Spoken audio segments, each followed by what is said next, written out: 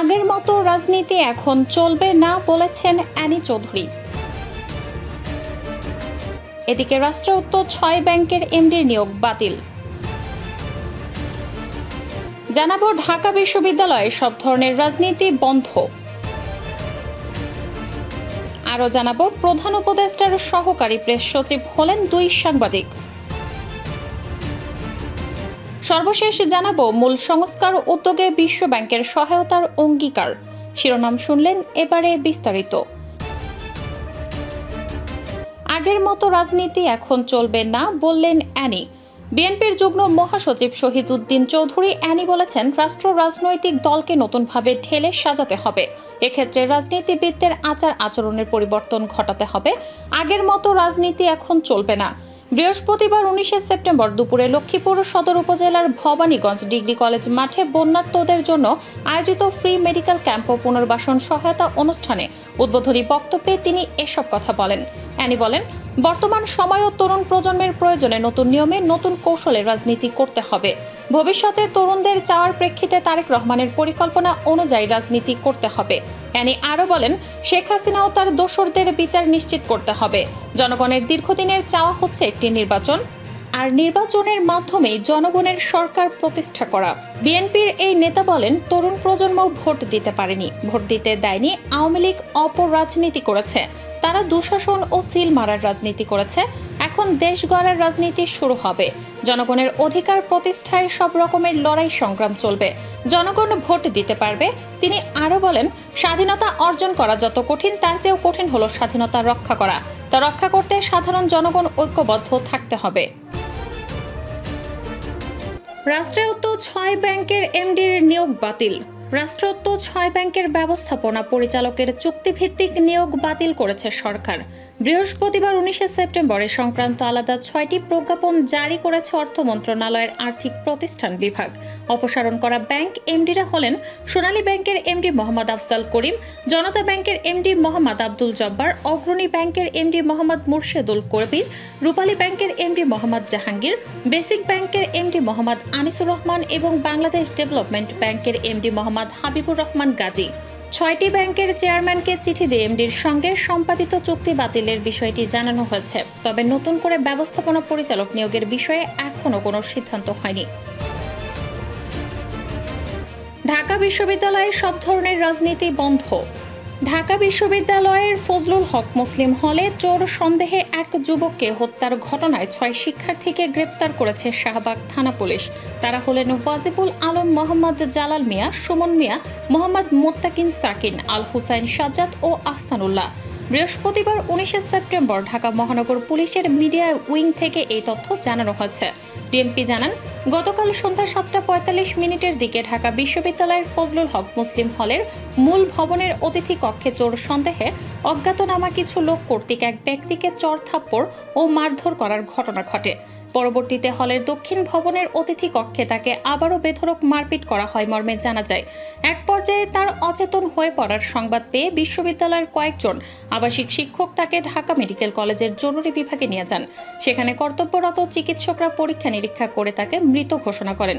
Dhaka medical college হাসপাতাল কর্তৃপক্ষ এই ঘটনা শাহবাগ থানায় অবহিত করলে পুলিশ মরদেহের সুরত হাল প্রতিবেদন প্রস্তুত করে।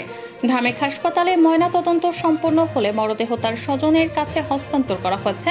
নিহতের নাম তোফাজ্জল হোসেন, বয়স ৩৫। ঢাবি কর্তৃপক্ষ এই ঘটনায় বাদী হয়ে অজ্ঞাতনামা আসামিদের বিরুদ্ধে শাহবাগ থানায় একটি হত্যা মামলা দায়ের করে। মামলা দায়েরের পর তদন্ত কর্মকর্তা ও ঢাকা মেট্রোপলিটন পুলিশের ঊর্ধ্বতন কর্মকর্তারা ইতোমধ্যে ঘটনাস্থল পরিদর্শন করেছেন।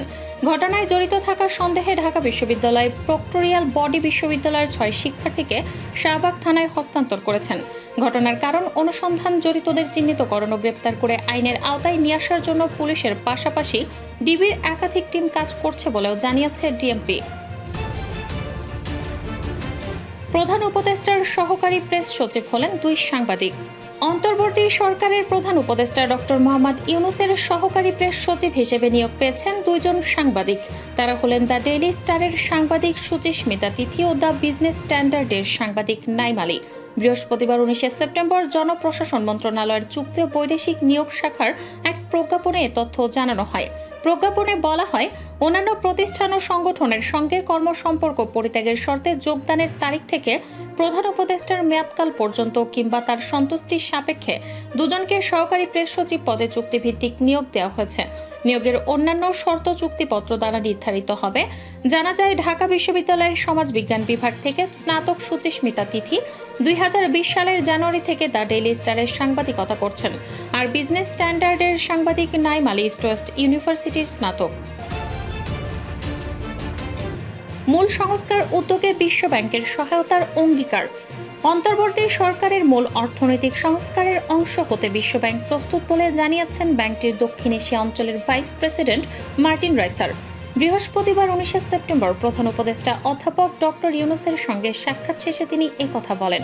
অর্থনীতির সমস্যা কাটিয়ে ওঠা, দুর্নীতি দূর করা এবং বিচার ব্যবস্থার মতো ক্ষেত্রগুলোতে মৌলিক সংস্কার পদক্ষেপ গ্রহণের জন্য অন্তর্বর্তী সরকারের প্রয়াসে ব্যাপকতর সহায়তার জন্য প্রধান উপদেষ্টার আহ্বানের প্রতিক্রিয়ায় রাইসার বলেন, আমাদের ওপর আস্থা রাখুন, আমরা সাহায্য করতে প্রস্তুত।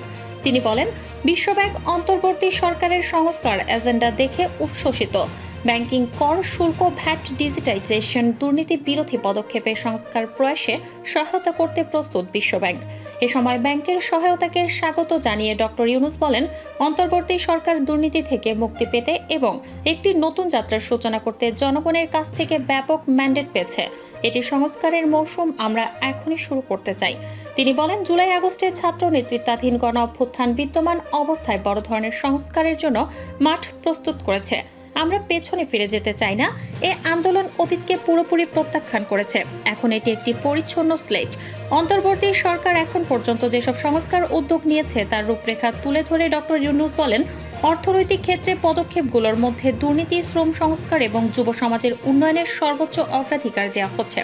তিনি বলেন, সরকার শ্রম সংস্কারে ILO কনভেনশন বাস্তবায়ন করবে, যা বাংলাদেশে বিদেশি বিনিয়োগকারীদের আস্থা বাড়াবে এবং স্থানীয় উৎপাদনকারীদের আন্তর্জাতিক ক্ষেত্রে স্থান পেতে সহায়তা করবে।